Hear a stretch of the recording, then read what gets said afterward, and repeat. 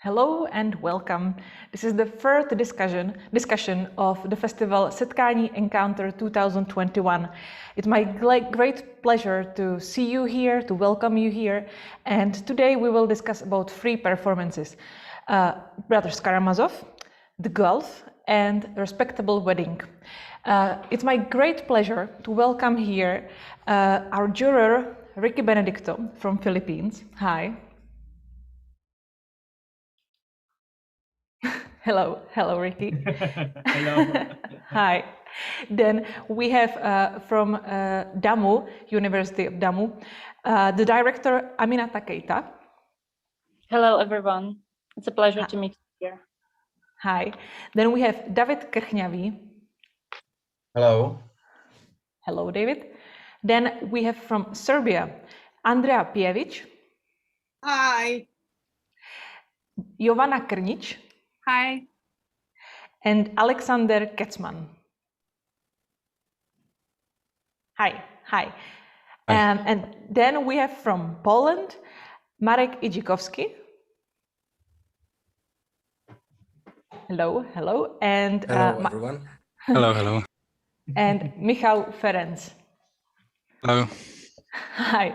So before we start the discussion, well, the first performance we will discuss it's Brothers Karamazov. And before we start the discussion, we will play a short abstract from the performance.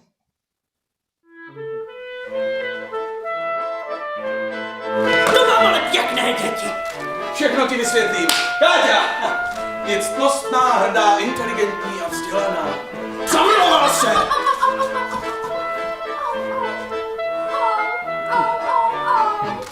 Našel jenom chlípníka a šaška. Slyšíte ho? Otcem vraha! Pro boušenku, pro tu kreaturu!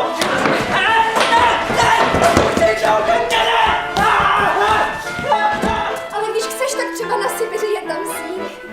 Ať vstoupí svědek Smrďakov. Lháři, každý z vás si přeje smrt svého otce a já jsem taky pěkný zločinec.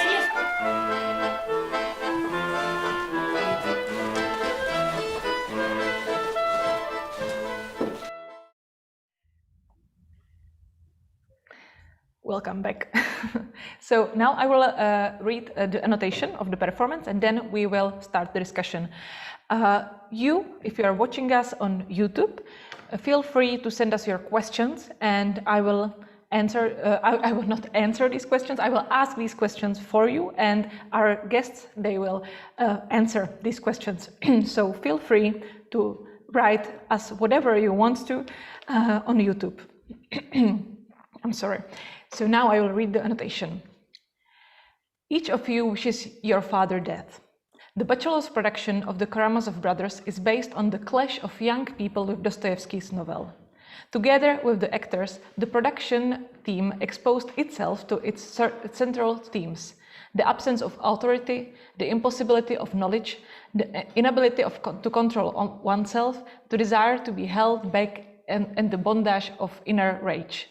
Three sons longing for the death of their father, a fallen man who knows only cruelty, humiliation, vanity, and intoxication with his own ability and power. How to deal with such a person? How is it possible to live in a world where there are no rules? Where does the supreme authority not recognize morality and purity? That's the short annotation of the performance. Now, welcome again. We have the director of the performance, Aminata Keita here, and the actor, David Krchňavý.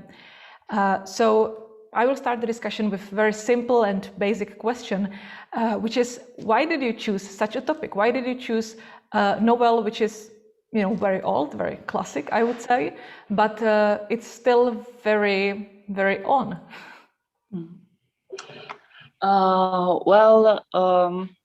I start from my own point of view. When I read this adaptation, I actually fell in love. I would describe it as a crash or something like that. And if I feel something like this with the play, I think any director can say that he always know it's the one. but it's not the only thing that is enough. It's not enough just to have this strong crash with that. It was also something like a great like a great time on the great place, because we find out that we have all the actors that can stand in the main characters, and that is quite rare, I think, in the school environment. You know, when you have classes, you don't have like any type of the actors, or older or younger, so you don't have you can't always choose the play that fits to everyone, but we find this place for us. And I think any, like, I don't know the person who doesn't admire or like Dostoevsky, because he's not just a great novelist and great dramatic, but he's also he has also a great humor, and this play is full of great humor and great characters.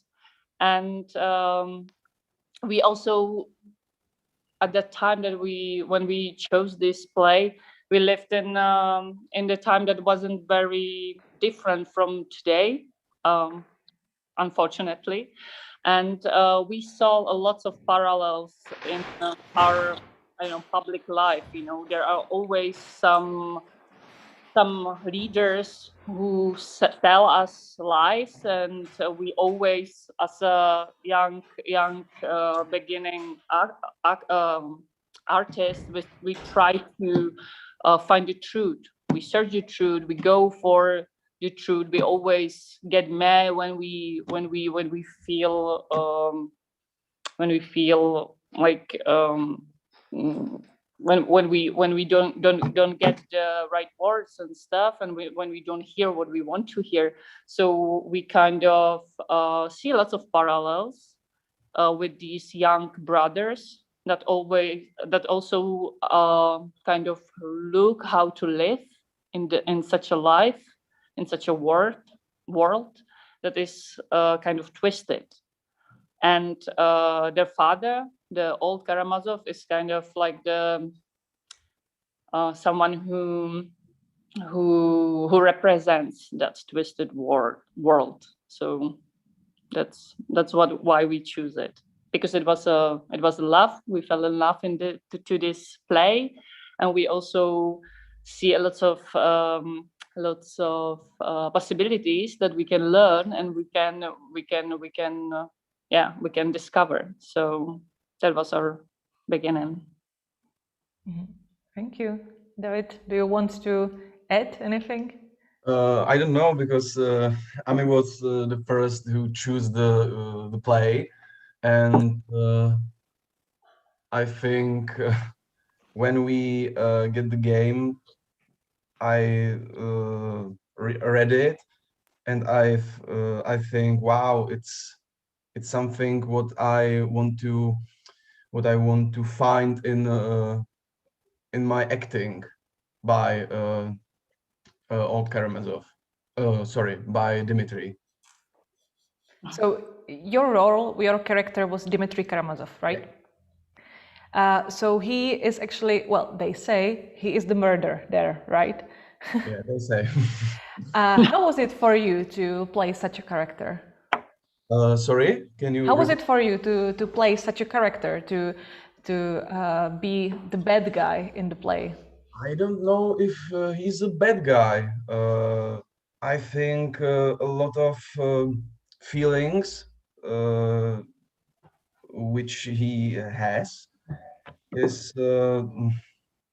twisted. Like he is murderer or lover or madman, but I think he want to find a way out of a hopeless situation, but someone is still pushing him down and down and down, and I think it's that is a conflict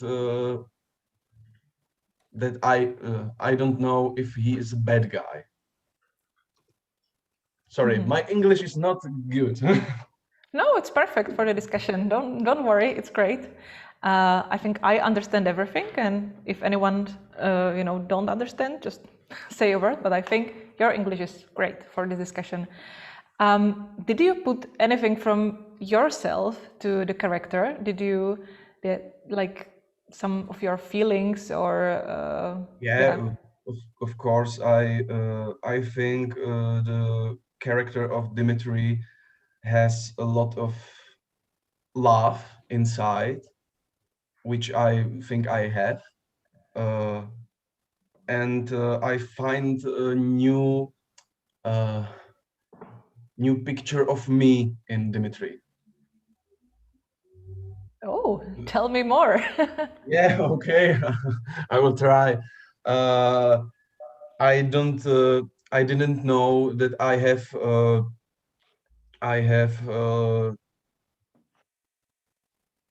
the reach in me. But when we exercise, I find it, and it was quite scary to me. So we with Ame trying to hold it together. This I don't know. Ame, can you help me with that?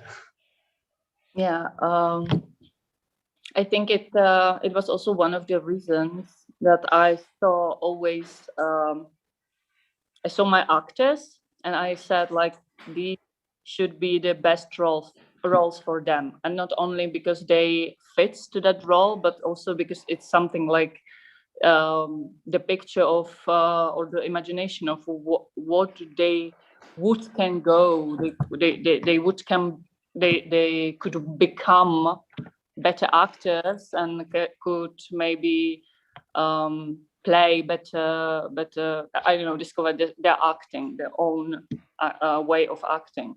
And I, in every with anyone from these seven actors, I was discovering something different and something that is absolutely special and very special for each of them.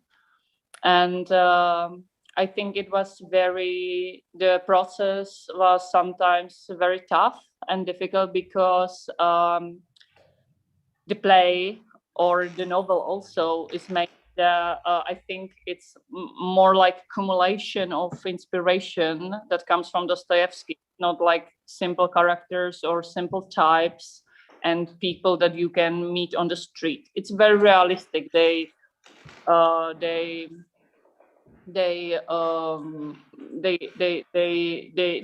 live normal situation, but the accumulation of all these things are a little bit extreme. And this is also what I love on Dostoevsky, that he accumulates these things. He put the situation that you normally live during your whole life or during 10 years, he put it in one day. And this is really dramatic, and it sometimes push you to think they are crazy. But I don't think so. They are really loving and feeling and sometimes fragile person, but they kind of live on the barriers. They have limits, and or like the whole story is on the to go near to the limits that you can imagine that you are able to do. And I think it was the same with the acting, that the actor had to go farther. David, did you go further? Like, did you touch your limits during the rehearsing? I think I can go more. Yeah, it's not the full character, I think. I don't know if I did it. I think the character can be more more complicated, but we had the scenes with Dimitri, I think 4 scenes, and it was over. So I think that on that space of 4 scenes, it was the best I can do. Okay, thank you. Does anyone from our other guests have any questions, or maybe our juror?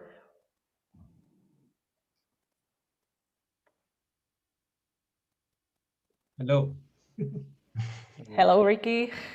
Hi. Hi. Hi. I have 2 questions actually, but I'll give. I think I'll just put some things for the sense of the conversation and the discussion. And these are my observation, and really for me, I'm hearing the director Aminata. The acting of the actors, the acting performance was, for me at least, is very commendable. I can sense the heat, the hate, the anger, the need of every character, and watching it, it came to me that this is not easy, and the actors pulling this off is very, very for me, it's really, really amazing. And also the scenography and the costumes are really interesting. It looks then and now, you know what I'm saying? It doesn't feel like it's old. It felt like now, but you know, this is kind set somewhere else, and the mixture, the feeling of the fusion, it's really, really interesting. And also, sorry for my dog. He's barking. The poetry was there, the dynamics was there. As it unfolds, it gets interesting. And after this festival, I will look for that book, promise, and I will read it. And I really, really, I think it ran through to my mind for at least a couple of days when I saw that, and then I really need to get that book. And thank you for bringing in the Brothers Karamazov here in the festival. And these are my questions, or I think not really question. What's the process like from the novel to material to looking for actors to rehearsals? Because like you, I have classes like it's hard to find materials that fit your students, and some most students are very young, so it's hard to get materials that really fits the student. So I'm really curious about the process from how from choosing the material to putting it up on stage. Yeah. It maybe it starts on the cooperation with my dramaturg, because he's one of my best professional colleagues that I have. Actually, we met together. We studied the same atelier on demo on the academy, and but we really worked together. After 2 years, we've been actually we known each other, but we knew there are some similar thoughts. And when we made the first play, we knew we want to do something bigger. And it's actually his thoughts when he look for some place for us. He saw this as he saw the characters that can match to the actors. And it was actually a great coincidence that I knew that play much more before I start to study Damu, and I always love it. I actually knew that play before I read the novel. So I was really thrilled to choose it, to read it again. So first read it, then choose it. And when I read it, we started reading the novel, and we fell in love to that topic and to the language and the way how it's told. And yeah, and it's hard. It's very I think especially on any academy, and I think it doesn't matter what state it is and where on the world it is, but I think like this I think the students, and especially the students of the acting, are really fragile, and they need to be really in the safe environment. And I think both teachers or the directors that make the works with them should always think about what possibilities they actually got. And I think this we were on one hand we were really lucky. On the other hand, it was quite difficult work to find this play, but we did it, and it was very important for us. But what was quite easier, and we wouldn't probably made it if this haven't happened, is that there already exists a great adaptation from Ewald Schorm, from one of our great classic theater directors, Czech directors, who already make the dramatization, and that helped a lot. And it was really famous, and sometimes they say that we have to also struggle with this hierarchy that we have, but I don't know. I thought always that the ideas and the possibilities that it gave us was better than the fear from the history.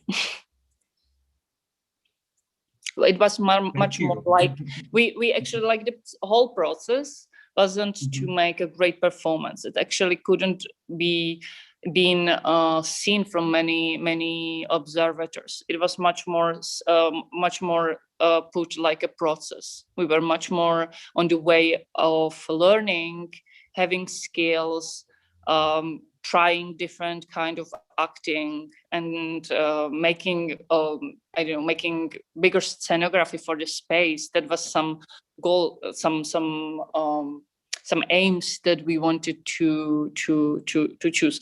It was much more later, when it kind of was successful at that school, not on the public, but just only on the school, that the teachers asked us to put it to the school theater. It's actually my bachelor thesis. That is, I know, 2 years before we go to the school theater. Thank you.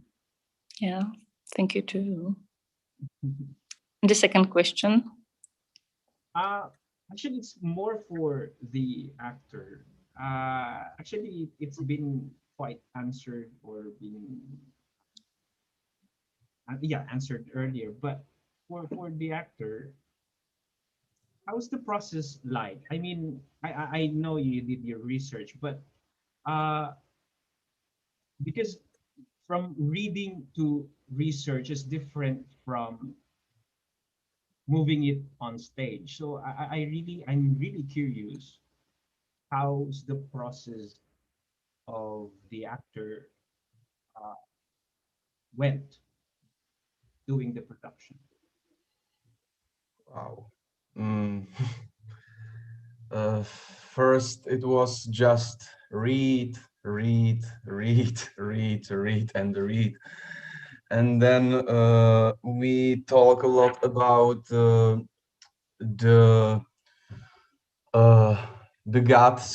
God question, and we going to Plzeň on AMI, on on some meeting, we had a workshop with a priest that can answer us some questions about the philosophy that Dostoevsky is like kind of playing and handling with there. And I think it was very, very good for every one of us, each of the character, except me. And then I just practicing on the with Ami.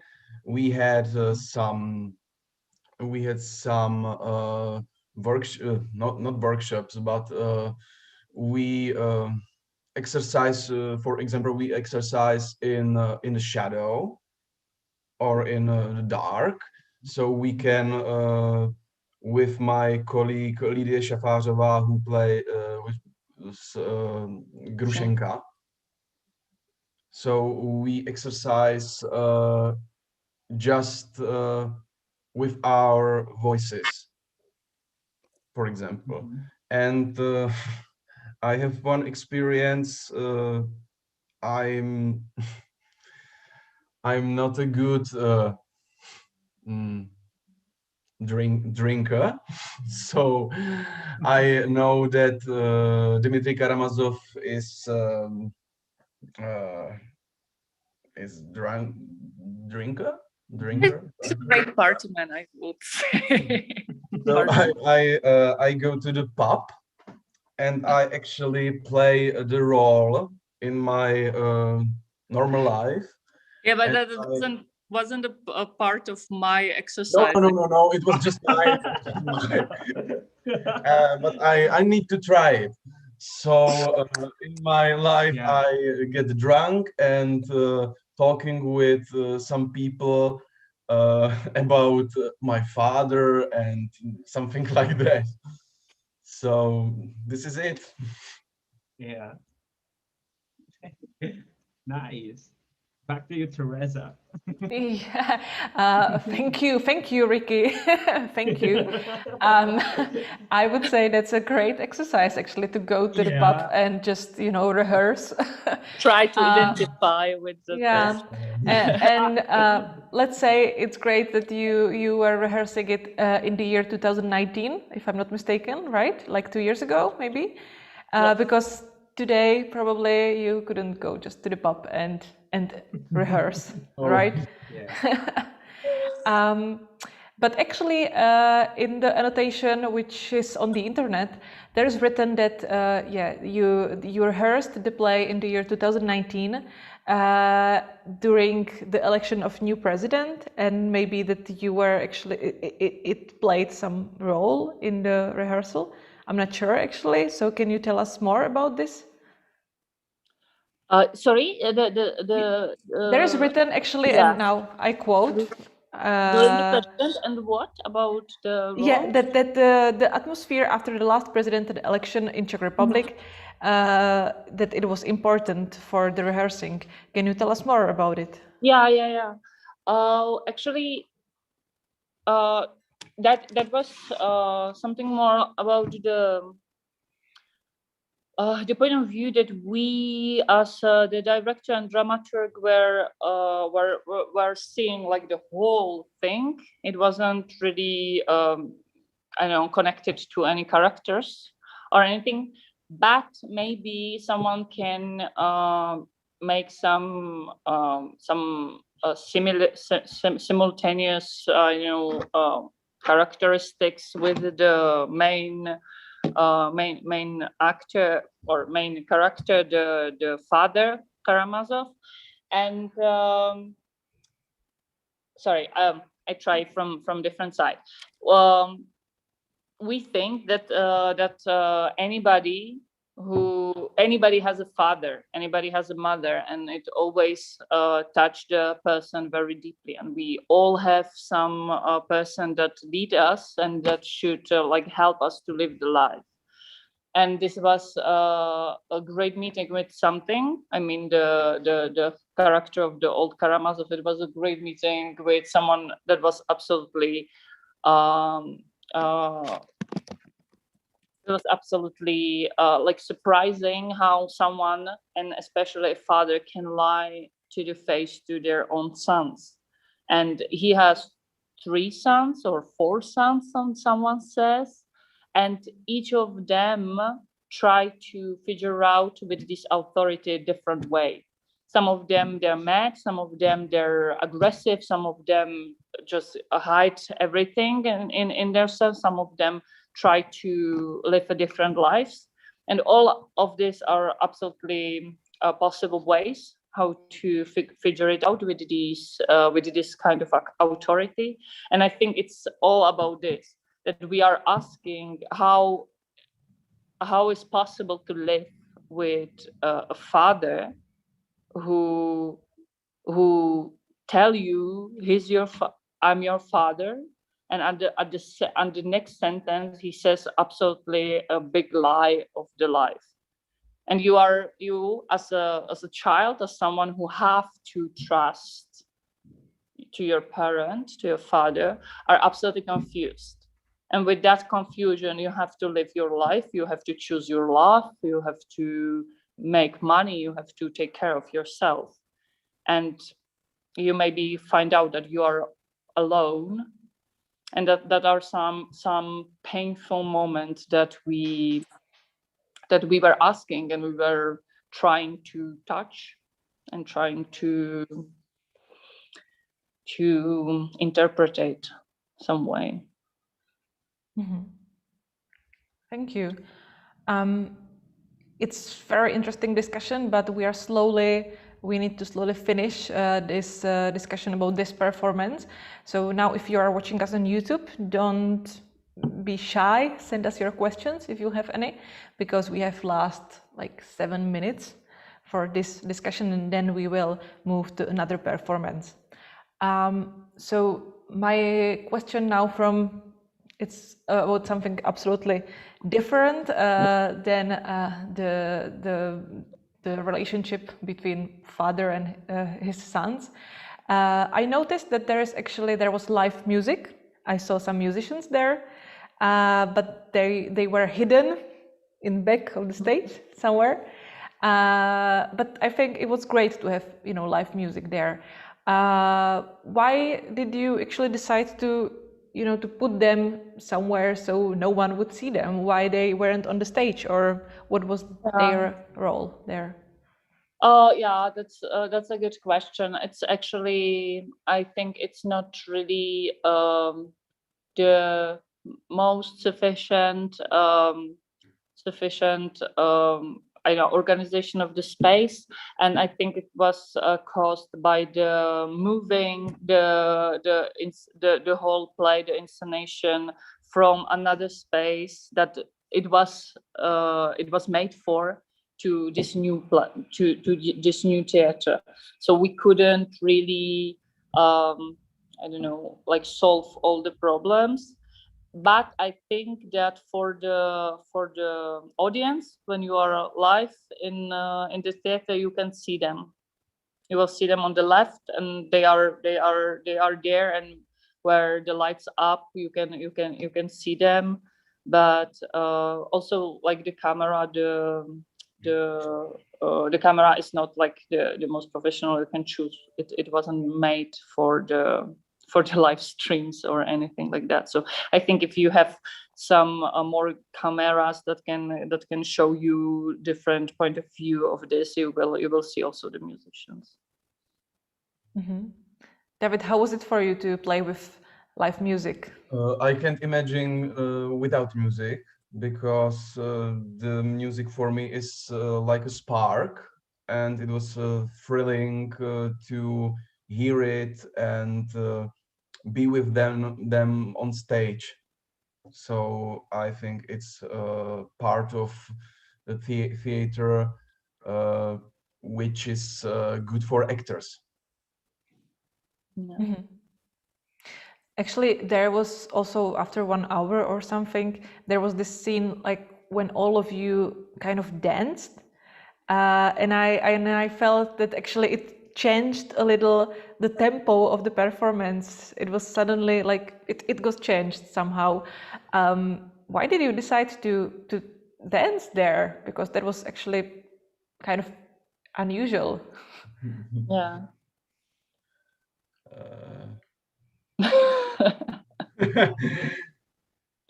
Well, I don't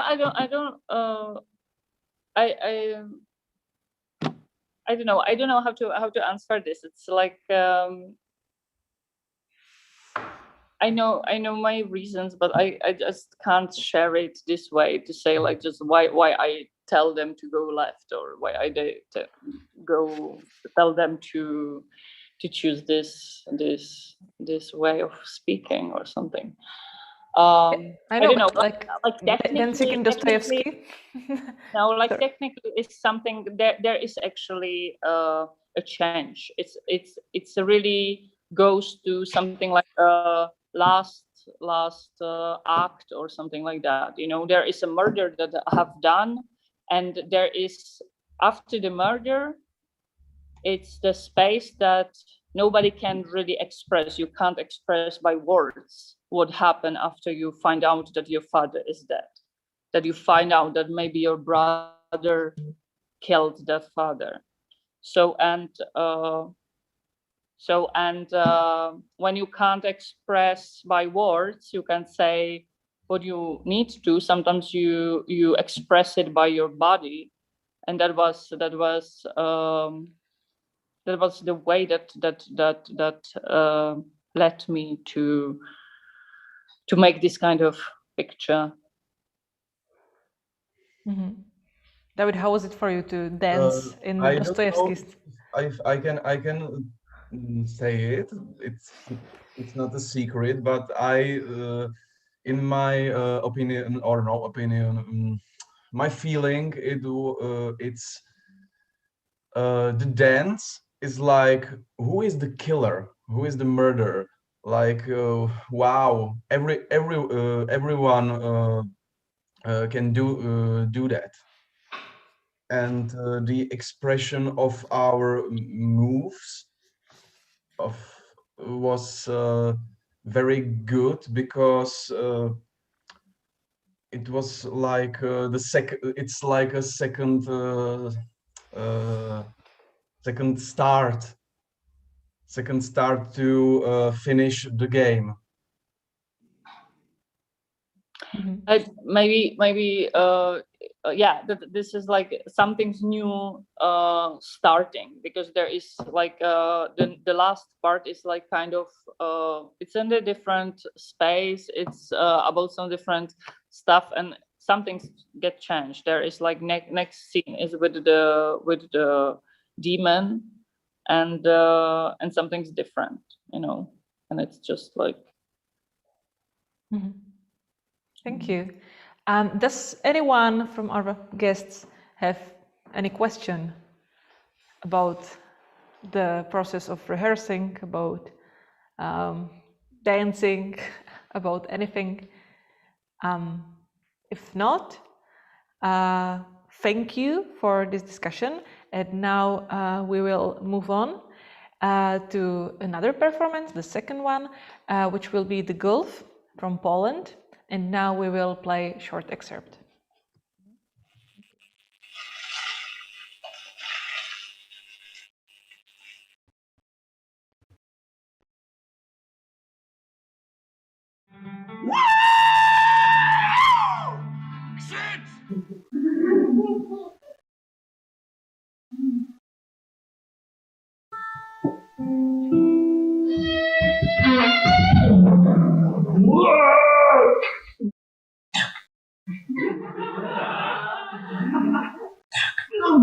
Co teraz? To wciągnij mnie! Grubuś, chyba coś... No jak to skąd?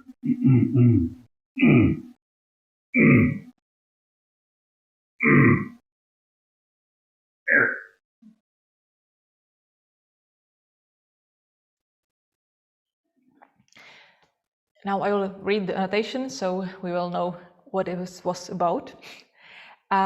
the first sentence is the most difficult to write, just as it is difficult to make a major decision. Everything requires courage and risk. You have to pack up, move. But what if we are drawing in thoughts, associations, and uncertainties? Time passes, and if we don't take the first step, we are in danger of madness. Sometimes, however, uncertainty takes us on a real journey, the one where we meet ourselves, we ask ourselves the most accurate questions, and the answers appear spontaneously. Odmet is a free impression on the adventures of Sinbad, the sailor of the 1001 Nights. These adventures meet the hero before he leaves, and the journey takes place in a world of seemingly worthless objects. The performance is a game with forms, illusions created on faith in the life of objects. All that to learn something about yourself. After all, we can often see that getting lost is finding the right path. So that's the goals. And I will again start the discussion. Hello, Michal and Marek, welcome here. Hello. Also, you, if you are watching us on YouTube, feel free to send us your questions again. For me, to be honest, when I started to watch the performance, first 10 minutes, I was like, what is wrong with the sound? Because I was listening to it on my speakers and I didn't hear a thing. Then I put on my headphones. I was like, oh, there is sound, but no one is actually speaking and there is no music. And then after 10 minutes, there was the name of the bird actually said, and then another 4 minutes without any words and anything. But still, it was very interesting to watch it. I was like, oh my God, what he's doing? Oh, he's playing with things, with the bag, plastic bag, and with some rubbish or something. But it's great to watch, and I really enjoyed it. And at the end, there's written that actually it was an outcome of the workshop with puppets, how to play with puppets, if I understood it correctly. We are from the puppet school, and that was it was not a workshop, it was just my subject to pass, which is called working with actor with a puppet. But it's just the name of a course and not it's not a workshop, it's just a course. Oh, okay. Well, that explains a lot, because I think I so much enjoyed how Michal played. How did you play with all of these objects? So can you tell us maybe your motivation? What was the first idea of this performance? Like how did you? Yeah, what was the first idea? Should I start? It's up to you. Yeah. I think it's kind of started between us, and we just started to talk, and we wanted to work together, and that was the decision first. And I think the theme of travel and also theme of fairy tale and it was just something which connected us at the point, and the next step, it was just looking through the common fairy tales and finding the traveler. Michal, do you want to add anything? No. Okay, great. Why did you decide to make these first, actually 15 minutes, absolutely silent? Because then there was a music actually, and there was a lot of speaking, and it was very impressive. But the first 15 minutes are almost completely silent. Why? First of all, I think that is also so much about the record, because I mean, of course it's silent, but then still it's just little sounds, like put something on the table, which makes let's say, music. So I think this record is actually making it even more. That's first of all. But the second of all, the subject we are taking, it's so much about loneliness as well and being alone.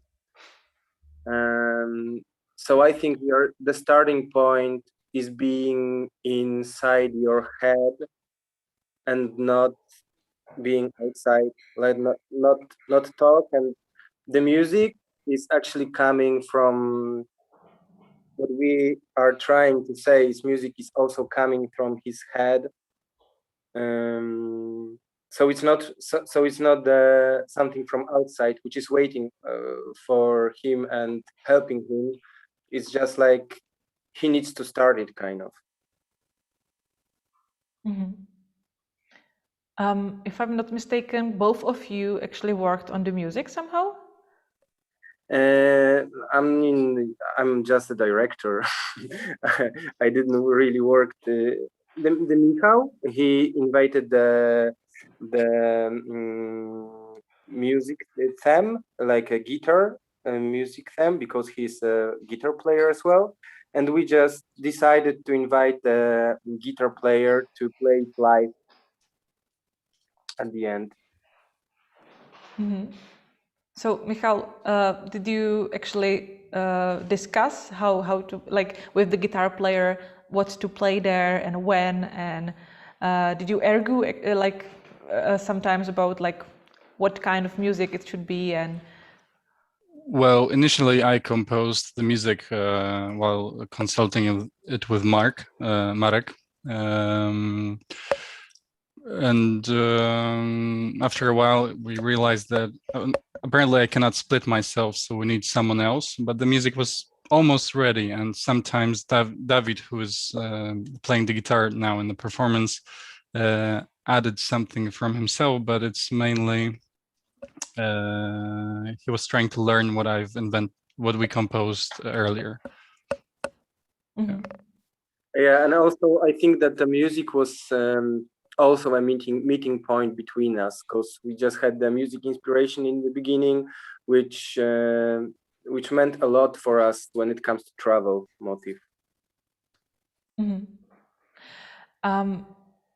There were like different kind of puppets there. There was this plastic bag, there was this sponge, and a bird, like head of bird. Which one of these was the most difficult for you, Michał? To animate? Yeah, to animate, to work with.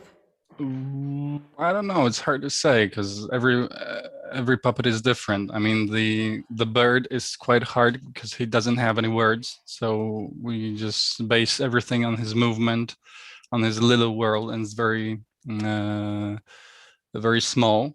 While the Gęba Gombush, the sponge, is talking all the time. So now it's the difficulty of it is to match all the words, not just move it around, but to create the illusion that he speaks actually those words, and at the very same time do not staying on the level of speaking, but also giving him some movement that would express his, I don't know, feelings or anything. While we have this third character who is this black small rubber pipe. What is it actually? A sea devil. I know sea devil, but what is the thing? I don't know. No, it's the thing I bought years ago, and it's just a little thing from the car. You are putting cables inside. Okay, because when I saw it, okay, I was like, okay, it's sea devil, yes, for sure, but what is it? Yeah. Okay, so yeah, each of these puppets was like different, and you can say like which one was the most difficult. They're all different, so they're all difficult if you want to achieve something extraordinary. Let's just say that. I'm still searching for it. as you said, like with SpongeBob, you had to talk a lot and speak a lot as you and also as him, but it was very impressive, and I felt like he was there with you, and like you actually had the conversation. Did it sometime happen to you then that you actually sometimes talked to yourself, you know, and like maybe in the bus or something when you were rehearsing and you were like speaking as yourself and then speaking as someone else? Did it happen to you? Because I was like, oh, this is very actually hard. When you practice it, maybe it could be kind of difficult. No, I have it under control.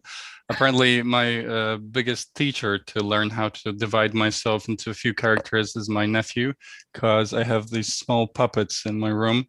And when he arrives, I'm just putting them on my fingers, and I have like 5 characters, and they all have different voices. And I was playing with him, so that there's one guy who's talking with one voice, and the other guy, and then the third one comes. So it's hard, but once you have it, it's It's okay. Also, for me, it's also interesting when you are working with a puppeteer, that is so much about training as well. So I'm a director of the show, but also sometimes in the scenes I'm feeling as a trainer, because I kind of have to help Michał to have a good rhythm, to like, so we are working separately on the scenes as well, and separately on the like moves. So yeah, he needs to be very precise at some point, and we are working on the precision to make it as much organic as it can be. Mm-hmm. Does anyone from our guests have another question, or maybe Ricky? Hello. Hello. Hello. Hi. I'll jump to it, and I have, I think, few questions. Like previously, I'll ask some question. I seldom see puppetry integrated in a play anymore. Well, in a non-conventional way. Well, especially here in the Philippines, puppetry here is just puppet for kids, etc. You know, the huge head, colorful, and the performance was very interesting to me. I like the silence, especially the long one, the beginning. I'm just watching, and it's kind of interesting to me. I sense the longing, the confusion, the decision. It's very relatable, well, at least for me. And I thought the staging was interesting and necessary. The minimalistic approach really caught my attention, and it feels like everything falls into the right place. You know what I'm saying? It just the performance is of certain magnitude, and I can take my eye. So it's very, very interesting to me. I have few questions. The choice of puppets. What's the decision behind it? Yeah, And I will course through to my second question so that it will be more concise. And the choice of materials, like Teresa said earlier, like you pick a garbage here, and then a stick there, and the bird there. Choice of materials and the choice of puppets. Where does the decision came from? Okay, I have a feeling that it's question to me because it's my decisions. Yeah, it's not so easy to answer, because I have a feeling, first of all, that it's my thing to collect rubbish. And yeah, I'm very like I'm observing the reality quite good and taking out of the different spaces. When you're, first of all, from my first studies was set design, and that's why I don't want to make a set design, but just very, very small and simple things, because I'm really tired of projecting and designing. So that's why we don't have a space at all, but just the space is created by the playing and an actor and just small things. Second thing is, like, when I started to study in puppet school, I was really it was so much things around, and all of them were like super worthless, and it was amazing for me how the things became meaningful on a stage. So I wanted to make it as worthless as it possible, to make it meaningful on the stage. And the third thing is, like, I decided to work with Michał because I know that he's really good puppeteer and he's really good in animating, and I didn't want to make it and I didn't want to make it too easy to him, because if you have a like very nice built puppet with a face and everything, it's starting to be a trick, kind of. But if you have only a stick and you're creating a tree and then the boat and then something, it's more working with imaginations, which I wanted to do with Michał, because also the main theme of the performance was to waking up the childish imagination and the way that children see the theater. As you said in the beginning, it's not the puppet theater for kids, but we definitely using kids' way of thinking. Yeah, that's interesting. Teresa, can I ask one more question? Sure, sure. Go ahead. I think this will go for Michał. When we, this is just an actor's perspective. Because when we are playing, for example, I'm holding this kind of shield in my toy, and then suddenly I will see another something behind me. This ball pen. What's the connection? Well, of course, there's a storyline. The device is clear, but do you feel any I don't know if I'm putting it the right way, but the connection of, because when our attention is shifting from one place to another, if we are exploring things, so do you have any certain connection in exploration of those puppets? I'm not sure if I clear? understand. I'm sorry. Sorry. Can you try again to?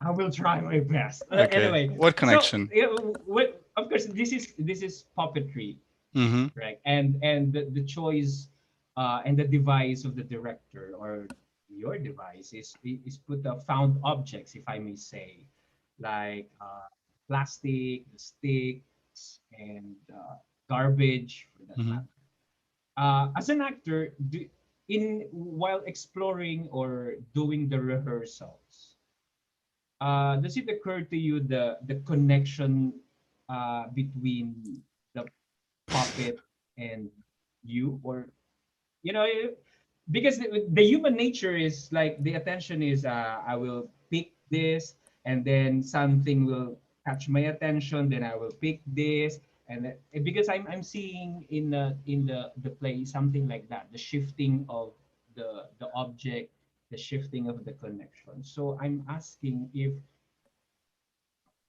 I don't know what to ask anymore. So, okay. So do you feel any connection with those puppets or with those materials for that?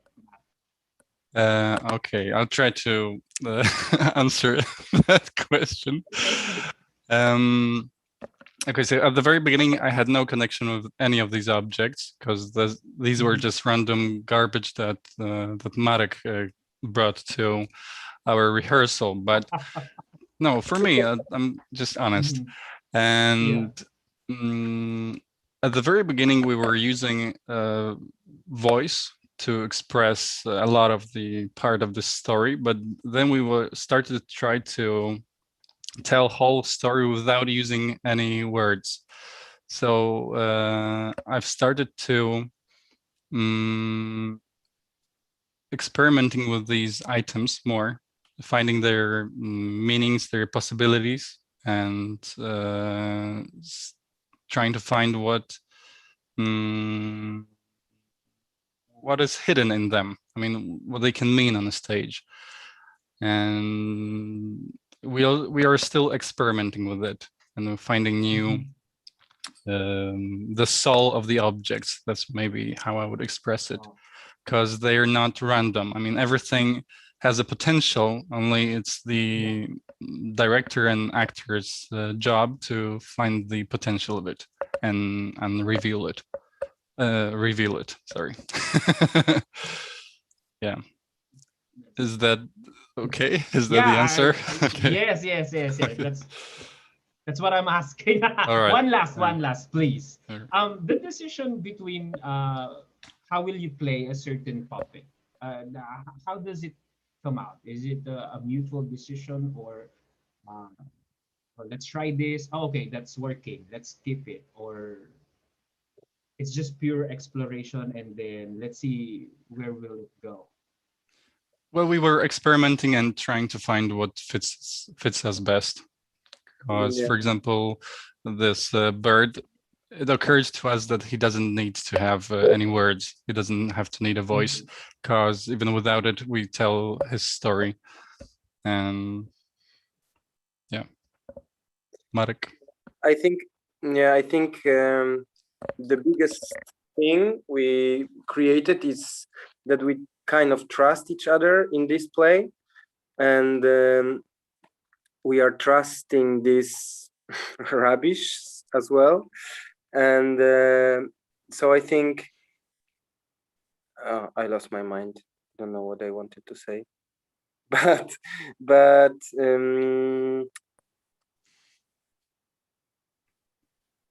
yeah, we've been making a lot of improvisation in the beginning. Like, the process was super organic, and the first let's say making whole performance was like much longer and much more like words and much more stories and stuff. And then the process was to make it as less as it's possible. So and I kind of feeling that we are still cutting it, but not cutting in like make it shorter, but like make it more compressed and more fixed and more like, that's the work we are doing. Yeah, I don't know. Are you there, guys? Ricky, if you want, yeah. Thank you. No, I'm just about to say back to you, Teresa. Thank you, Ricky. Thanks. This just in. Well, I'm curious how long it actually took to rehearse such a performance. We never finished, I think. So, and the process of rehearsing, like before you went on stage, like, you know, to show it to the audience? Actually, because it was a school project, we didn't have lots of time to show it for the first time. I think it lasts, Michał, more than 1 month. I think so. I think it was less than 2, but more than 1 month to work on it. But it was not like professional rehearsals like every day, but just a school thing. We didn't have that much time to work on it.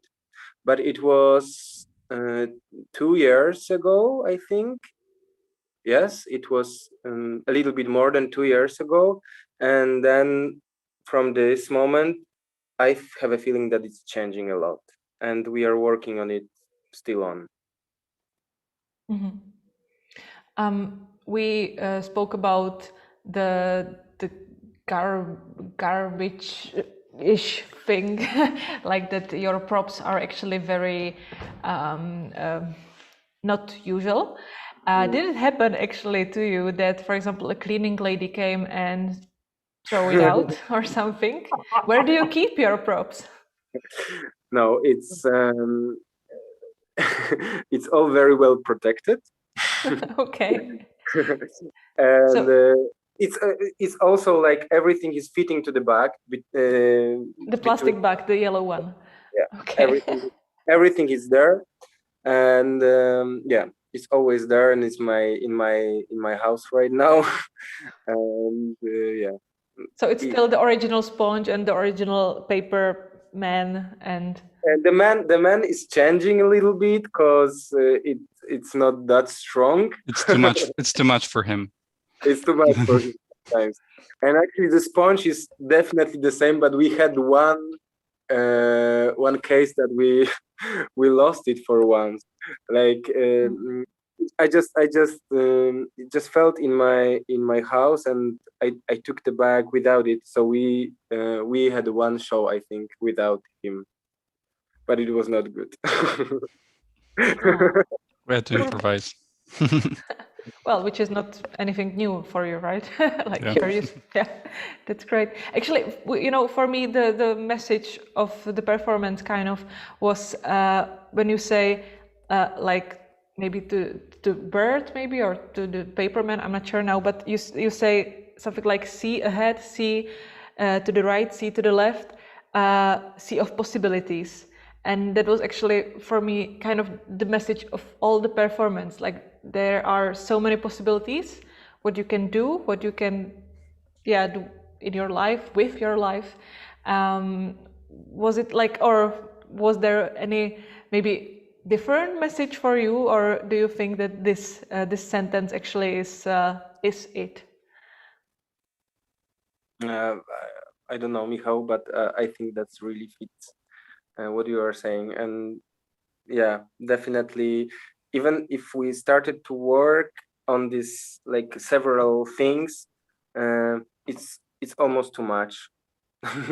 It's almost too much possibilities. And it's also about this decision that it's so hard to make it nowadays, because we have so much going on around us, and we are really lost sometimes with too much possibilities and too much rubbish, actually, as well. It's hard to find your way.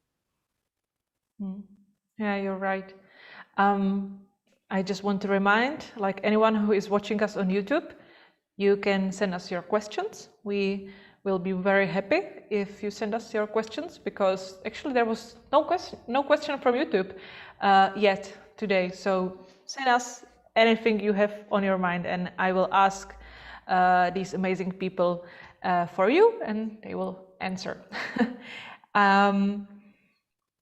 I also was thinking, like, for me, did the game change you? And like the play, did it change you anyhow? Because, well, as we said now, there are so many possibilities in the world, and the play is about this. And I think there was a lot of thinking in the process of rehearsing this performance.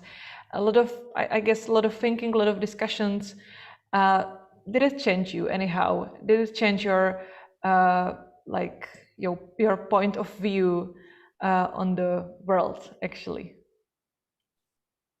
Mine or Marek? Both of you. Okay. Marek? Yeah. It's hard to say that it's changed my point of view when it comes to life, but definitely when I started to work on the show, I had this question: if the directing, the theater directing, is that what I should do? I was not sure, and I'm still not 100% sure, but I think I trusted more after this work, and I trusted simple things, and I trusted that simple things can be liked at some point. Like, yeah, I was not sure what the people will say after the show, if someone would like it, or we have this we are conscious that it's not like big theater. It's very small and very simple, and I think it's hard to have a viewer focus when you have just a little things and one guy and the guitar. It's not, yeah. But I think what I can answer for your question is like, I trust it, and I have feeling that it's enough to make a theater. Thank you. Michał, what do you think about this performance? But did it change you anyhow? Well, it reminds me a bit of my attitude toward the world, because I also have this problem of making the first step, and something is always stopping me. So I just felt somehow that I'm making a project, I'm making a performance partially about myself also. And it's important for me because it was one of these very few moments, one of these very few plays where I really felt that I have space for myself. I have space for my creation, for my for rehearsing, actually, and not just doing something that the director tells me, okay, so stand here you will cry and say that text, but let's experiment. Let's see what quality can I bring to this performance. Yeah, so it's important for me. Thank you. Thanks, Mark. I also love the way how you introduced the puppets at the end. Like you were like, oh, and this is the sea devil, and you point with the black thing, like, whoa, and then this is the sponge gob and stuff. You really treated these puppets as they were like real people, and that was actually very impressive. Who came with the idea of introducing all of these puppets to the audience? Do you remember, Michał? Marcani. I think it was my need. I think it was my need to tell the others, because I have a feeling that in the process of making this show, we are really got into the, like Michał got really friendly with them. In the beginning, he didn't like them that much, but also in this, I put him in the situation that it's the only thing he actually can lean on this stage, and I think yeah, they just helped him in the end. So so that's why it's part of the cast a little bit.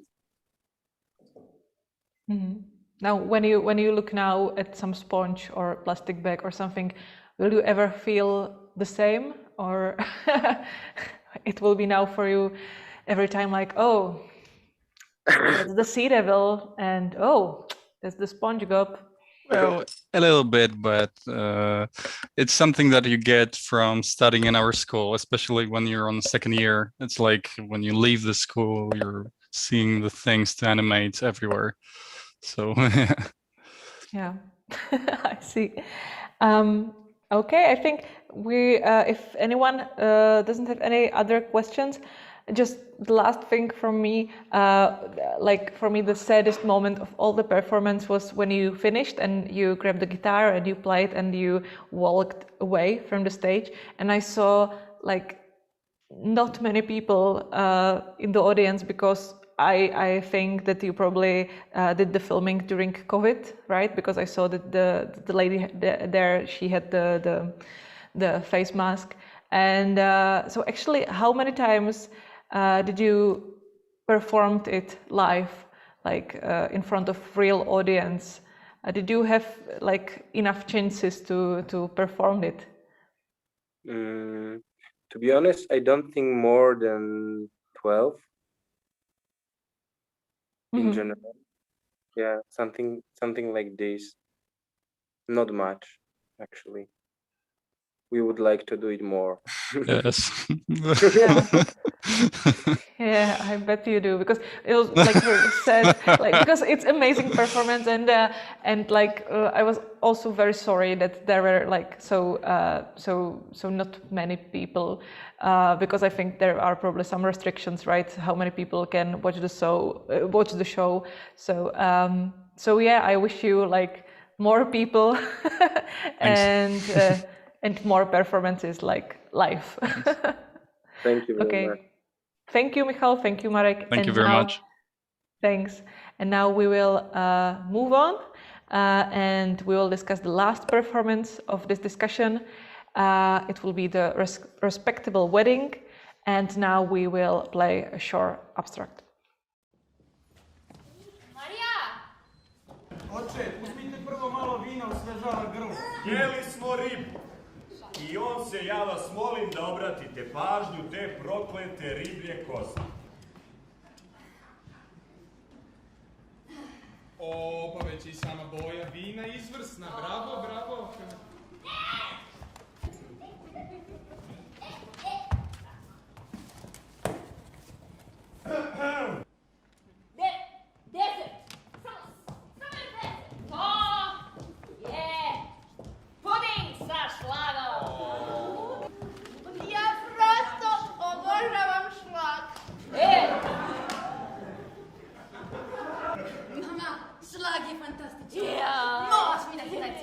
Mama, ona nikad neće naučiti da kuva tako dobro kao ti. Ja, sunđe moje, sad ću da vam pokažem!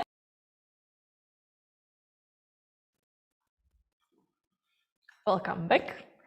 And now we will start the discussion about Respectable Wedding. It's my pleasure to see here Andrea Pjević, Jovana Krnić, and Aleksandar Kecman. Hello. Hi. Hi. Now I will read a short annotation of your performance, and then we will start the discussion. A Respectable Wedding is a story about creating and inventing traditions. The bridegroom is presenting furniture he made with his own hands in front of bride's traditional father, from whom he rejected dowry furniture that generations of bride's family lived and died on. Throughout the play, we find out the guest secrets, and with the breakdown of the perfect family picture, the furniture also starts to fall apart. The concept of the performance is designed as a wedding family photo shoot. While out of the camera, I-family relations based on myths are breaking down, in the final shots, there is a picture of a perfect family. The idea of photographing came from thinking thoroughly about the basic tools of false presentation in the 21st century. Even though throughout the wedding, family secrets get revealed and things fall apart, next generations will look through the wedding album and see perfect wedding family pictures. So my first question is, again, very basic, very simple. The text of Respectable Wedding is actually almost, well, more than 100 years old. Why did you choose such a topic? Why did you choose this text? Yes, it is. But we had a task at our third year of theater directing to do some of Bertolt Brecht's texts. And I chose the play Respectable Wedding because of the questions that is raising. In our country, the petit bourgeois are the authorities. And it's like that for the past 30 years. And that mass production of myths is used, kako da kažem, za kao pravila našeg življenja. Yeah, the myths are ruling our lives, basically. And that's why we choose that. And then I was thinking about the concept of doing it because it's the old play. I wanted to do some concept from today's living. And then I thought, what is the main tool for false presentation?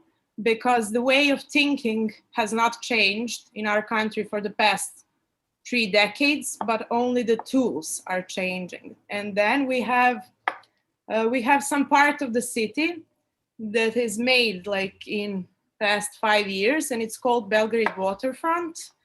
And it's the symbol of one rich country, one great country of happy living. But the sewage system goes to the rivers. And then you buy, kako se kaže, kvadrat? Like very big, expensive apartments, but you still live next to the garbage, basically. And you don't have a garbage system, and it's through the river. And then I thought that I need something that is a false image, but to see what's behind false image. And at the last part of the play, bride is talking about what will people say, what the church will say, because their wedding is ruined. And I thought that even if it's ruined in our country, they will always say it's not. And even if we know that it is, we need to believe that it's not. And even if we know there is garbage in front of the Belgrade waterfront, we still need to say that it's the best part of this city. And that's basically that. And also all the topics in Brecht's play, like marriage, family, sex, pregnancy, that's all taboo topics in our country, because authorities are using traditions to make the rules of living, and also to make abusive atmosphere and violence in our country and between our people. And our people are hungry and they are ready to believe in whatever they need to believe. It's just, it was so close to us. It was so close to us, and we felt it all when we started the process, because we had a small time to do it because of the coronavirus. We had like 4 weeks, but we made plans for it for like 6 months. And then when we started the process and saw the actors for the first time, it wasn't like reading the play, it was like watching the life. And we all I felt for the first time that I have a team that thinks the same as I do, because wedding as an event, it's some like saint event in our country. And I think it's the best event to explain what we are living now. And all the characters are like our fathers, our sisters, our families. That's all. Mm-hmm. And remember, now we learned that if you see any garbage, you can still take it and do a puppet show, you know. So that's actually a great thing. Alexander, how was it for you to play? Actually, your character is much older in the game, right? If I'm not mistaken. Yeah, how was it for you to play such a person? Yeah, well, it was kind of interesting just on the acting side, because I jumped in the play like 3 weeks before the premiere, I think. And it was actually kind of interesting because in the text you don't have anything like about the character more than that he is a father of the bride and so on. So actually you could kind of do whatever you wanted to do with it, as long as it remained under what the director wanted. And it was kind of a freeing experience to do. So I could do just basically whatever I want, and it was really great. But then that's the trap, because he is a much older character. Okay, so I was just, and I should be playing that age, his age. So I was thinking like I should maybe try to find it something in his rhythm of especially the voice and his speaking rhythm, and then everything else will just like come to me, just going from outside and then coming from the inside to the inside rhythm. So when I found the way of speaking, actually just everything else just like came naturally to the character, and that was really kind of an interesting way. And he is concerning what Andrea spoke, he is the patriarch of the family, and he is the character that is supposed to maintain that myth of, and his myth is the myth of the long-lasting family and everything. So actually in this play, his thing is maintaining that form, that myth through, and his sense of respectability comes from that like myth of the big family. And we actually it was freeing to do with this character whatever we wanted to do, because I think we don't have any particular names of the people. Like he is just the father, she is the bride, he is the son, and so on and so on. And we don't especially mention any places, so it doesn't have to take place in Germany. So that was also freeing for actors, I think. Yeah, there aren't any names in the text, but there were names in your play. I think there was Jakob. Yeah, there were in the play. Yeah. There are all like one or two names, I think, if I'm not mistaken. But yeah, there are two names. There are names of the bride and the name of the groom, and they are biblical names. It's Jacob and Maria, and that's the only names that are in the Brecht's play. And what I wanted to say, we used common places. When I looked for those false images, I looked for universal images of wedding photo shoot, like posing with rings, first bride and groom kiss, kako se kaže, svi gosti, all the guests jumping and things like that, because I was thinking that the petit bourgeois are using common places that they don't really understand for what, to represent false images. And I think that that's the reason that Brecht didn't, so I read it in some of his essays, that's the reason that he didn't wrote the particular names of every character, because they are not real people. They are made of someone else's thoughts, someone else's ways of living. They don't have anything that is theirs. Mm-hmm. I have good news, because we have, well, it's actually not a question, but someone wrote us on YouTube. And it's not a question, but it's a praise from Pierre Nadeau. Bravo for the group synergy of the actors and the nonchalance and humor. So, congratulations. Yeah. And you who are watching us on YouTube, thank you for this comment. But if you have any questions, send us these questions. Also, you can send us these comments. That's also fine. Thank you for this. But if you have any questions, don't hesitate to ask.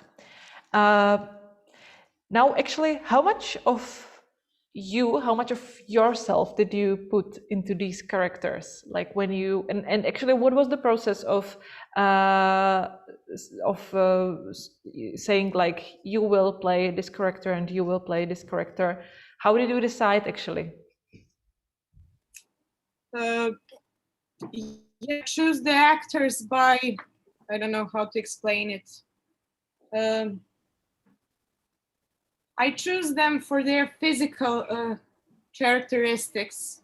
because at the third year we learn a genre, and I was doing really physical genre with really physical humor with snowball effects, and then I wanted to choose some contradictions in visual identity of the actors. So the bride is tall and the groom is so small.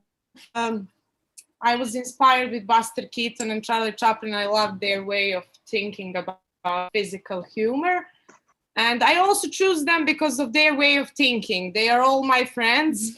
There is a lot of people at our academy from the different kinds of departments. There are a few of us and we all know each other. So we were the same team. Jovana, dodaj nešto. Were you happy actually with these decisions? Like, also the actors were happy with their characters? Yes, I think that we were happy. I love this text because of the humor, for real, because I think that Brecht is the master of doing it. Talk about serious subjects through humorous way of thinking. And I think that's the hardest way to do. We had a lot of problems to think through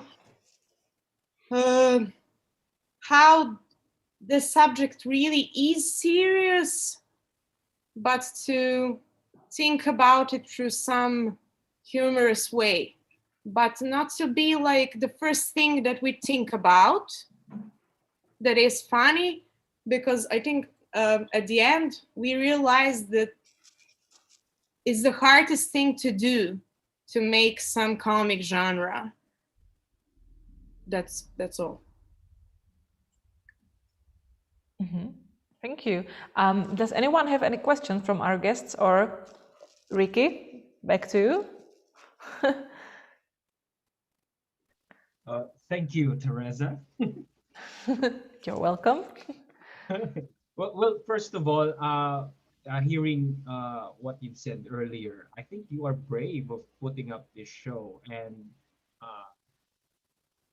this is what I thought. I thought the interpretation kept everything in context, and the false morality, the difference between the perfect picture and the reality. It's clear to me, and it's fun to watch. I get to understand the character's behavior, the direction, and the context of everything, and the criticism, the social commentary. I think it's clear, especially now.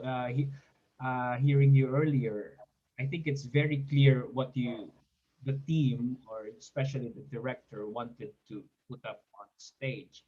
I have a question, although it was answered briefly earlier. I really wanted to know the experience working in such text. I mean, yes, it's relatable. It seems like easy because it's Brecht. It's direct to the point. This is, you know what I'm saying. But well, for me, honestly, I'm having a hard time dissecting or whatever interpreting Brecht. So I really wanted to know the experience in general approaching the text from the director to actors, if you may. Yeah, I felt the same. When I first read it, it was much more fun to me than it was serious to me. And through the process of thinking, I tried to realize what's the real danger of the petit bourgeois. That's why I talked humor one last time, because when I think about the Brecht, I think about his social-oriented thought, and I thought that it's the main subject for me is to really understand what the term petit bourgeois means. And this process helped me because I realized that for the first time I really didn't understand. It was like from the start, my professor was like, don't do it, you're too young, you don't understand it. And I was like, I need to do it, I need to understand it. And we just felt like 2 days before the premiere that we felt like depressed and bad for the things that we live in, but we felt great because I think that some old play and some guy from old times taught us something that we need to know for living in this country right now. Okay, so if I may add on this, because it's on the very practical side of the things, it was kind of very difficult in a way, and this plays like a director's play, because when you go into the text, it's not a big text like page wise, you know, but it is really difficult to go through it because there are rarely people talking to each other like one-on-one. Okay, so one guy says one thing and the other says another thing, and the third says the third thing, and then on the fifth line, the guy is speaking to the guy who told the first line, and it just when you read it, it's impossible, and when you put it on stage, it gets really hard to understand what the fuck is going on actually there, because who is speaking to whom and why, and who is referencing what.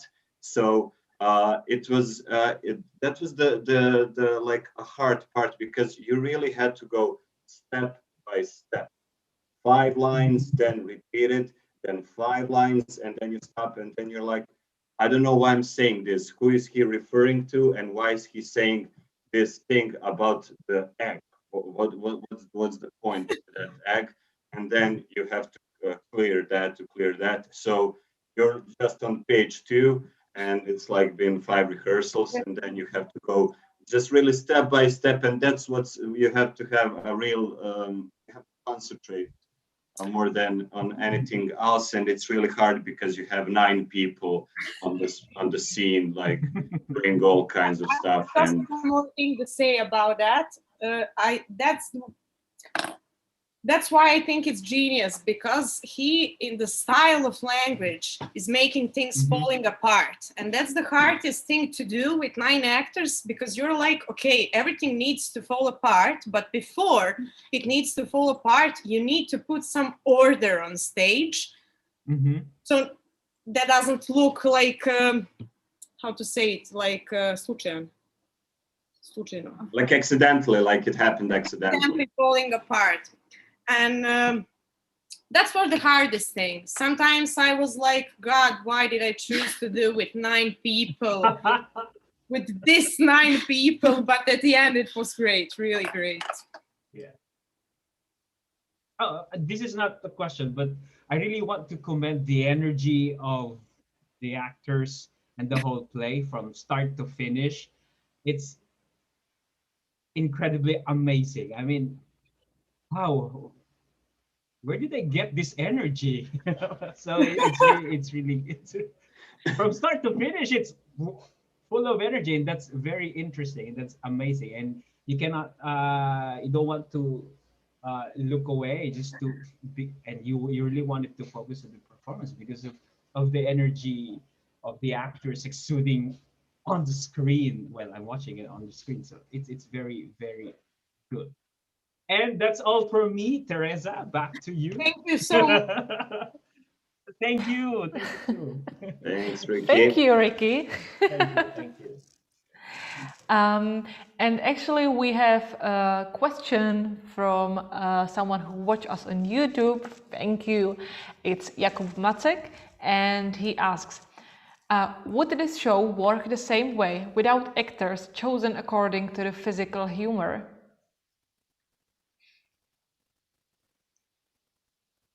Can you repeat that?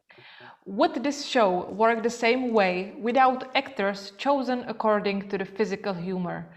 Like, if it would work the same way, I guess, if the actors would be chosen differently.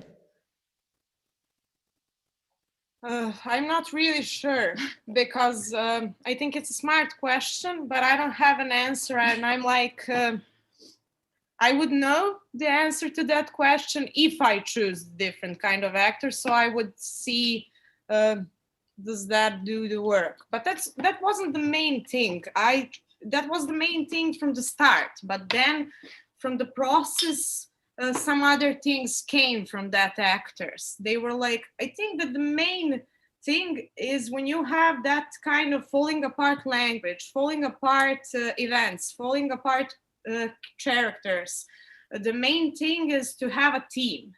And I think that they were like one person to the process and on the stage, and that was the thing that mainly helped me. But maybe I started from the physical characteristics, but maybe it would be the same, or it would be, I don't know. I really don't know. Maybe Alexander knows. Alexander, you wanna? Yeah, I was just thinking about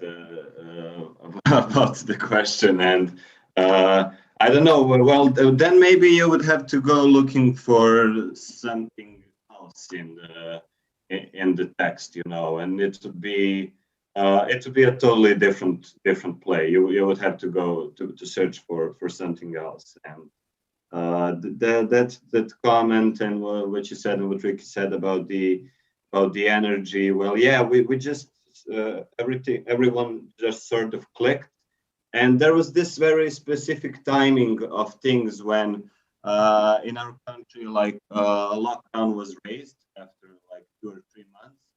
And I suppose just everyone had that energy that was inside them and just wanted to go out away.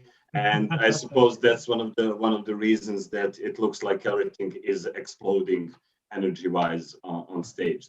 That's I think one of the reasons. Mm-hmm. Mm-hmm. I'm actually curious because the big part of the play is taking photos. And if I'm not mistaken, you actually take these photos like for real, right? Because I saw that there was also light at one moment.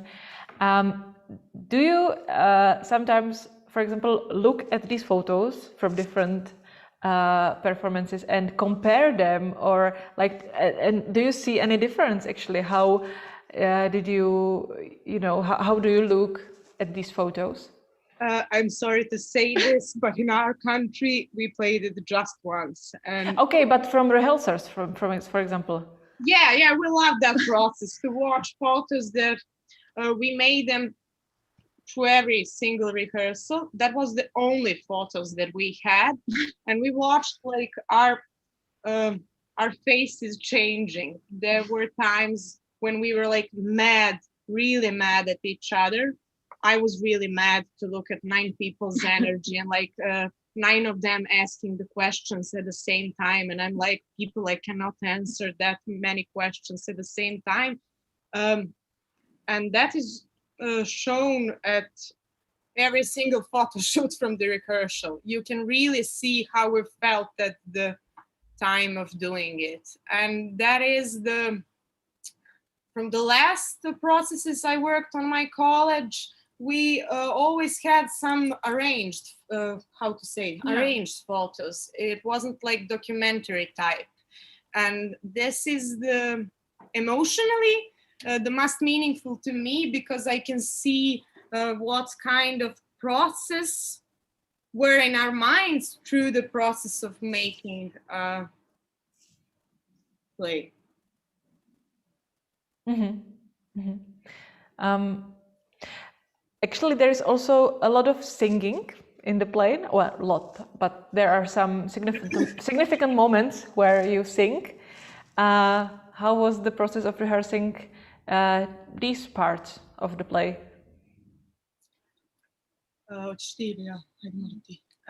It was difficult because we had an actor, he was supposed to sing an opera, and he was kind of shy about it and wasn't very common with that idea. Yeah, he wanted to do something else. So it was up until maybe 7 days before the premiere that it was in question. Was he going to sing an opera or something else? But in the end, he got through it. Yeah.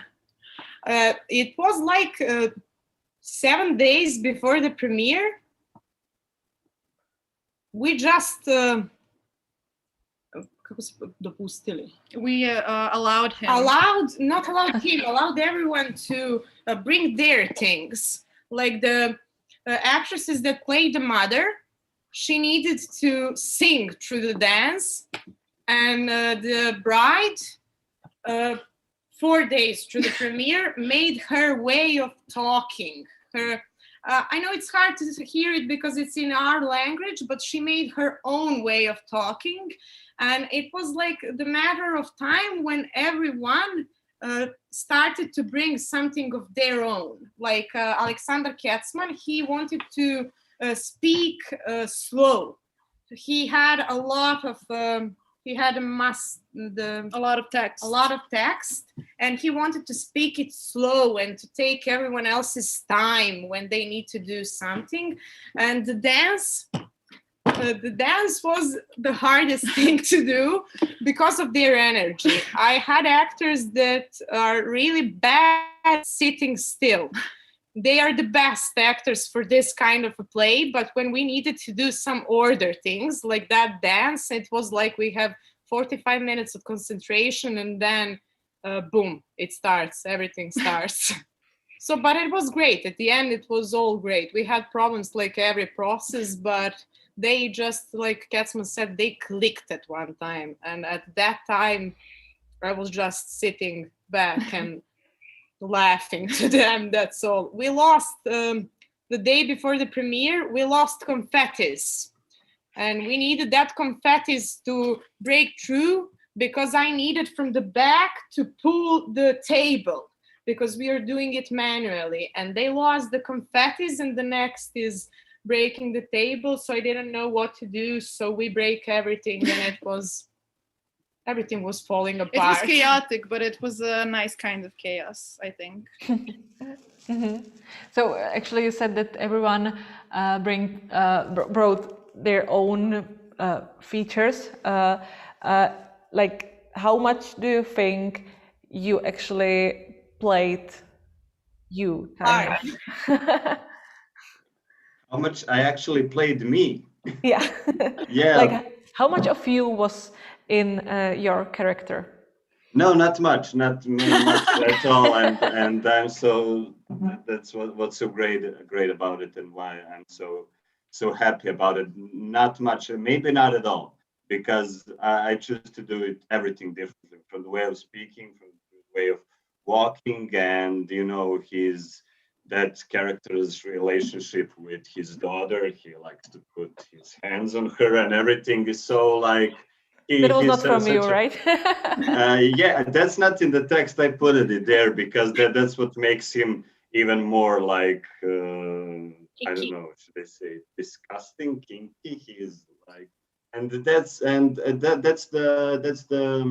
like the source of enjoyment, to do everything differently than what you are. And like Andrea said, everyone brought something of their own, and that's referring to what I said in the beginning, that kind of freedom that you have with those characters and with this kind of work. And I suppose that's like everyone felt that freedom and said, well, what the hell, I'm gonna do this. Like I said, I want to take my 10 minutes to get everyone to be bored, and I'm gonna speak slowly for 10 minutes, and I'm gonna hold it, and I can do it if I want. And that's like, then I'm on top of the world, and everyone, I suppose, did it in their own way, and that's what makes that energy level. Mm-hmm, mm-hmm. We are slowly reaching the end of this discussion. So if you are watching us on YouTube, send us your last questions if you have any. Also, I want to ask Michal, Marek, or Ricky if you have any other questions, or if you want to, say something or ask something. Probably not. Or Marek? No? And no, I just want to thank you for the show. I mean, the Brecht, because I really enjoyed it and I think it's really good job. Thanks, Marek. Thank you. We also enjoyed everything through this day. And we are so sad that we are not seeing each other for real. We really hoped it to do. We would have a great time, I believe it. Yeah. But there are next years and next chances. But you can also, you played your play for 12 times. You can call us for your 13th time to come to see it live. Yeah, you can come to Poland as well if the COVID. We are all vaccinated, so we are all vaccinated, so we can come to Poland. Oh, you are all vaccinated. Oh my God, that's great. Hey. Okay, well, come to Czech in that case and play it live for us. Well, hopefully next year, I really do hope that next year we will see each other live and offline, I would say. And we will enjoy this discussion like face to face. But anyway, still, it was brilliant discussion, and thank you very much for this opportunity to discuss your amazing performances. And I think so. If anyone doesn't have any other questions, that's probably all from me. Thank you again. Tomorrow there is this last discussion of the festival, so don't miss it. It's 2 p.m. On YouTube. You can also watch it. And so thank you Andrea, thank you Jovana, thank you Alexander, thank you Marek and Michał, and thank you Ricky also for all of these questions and all of these moderation. That was brilliant. And next time I think we can lead the discussion together. For sure. Sure. Sure.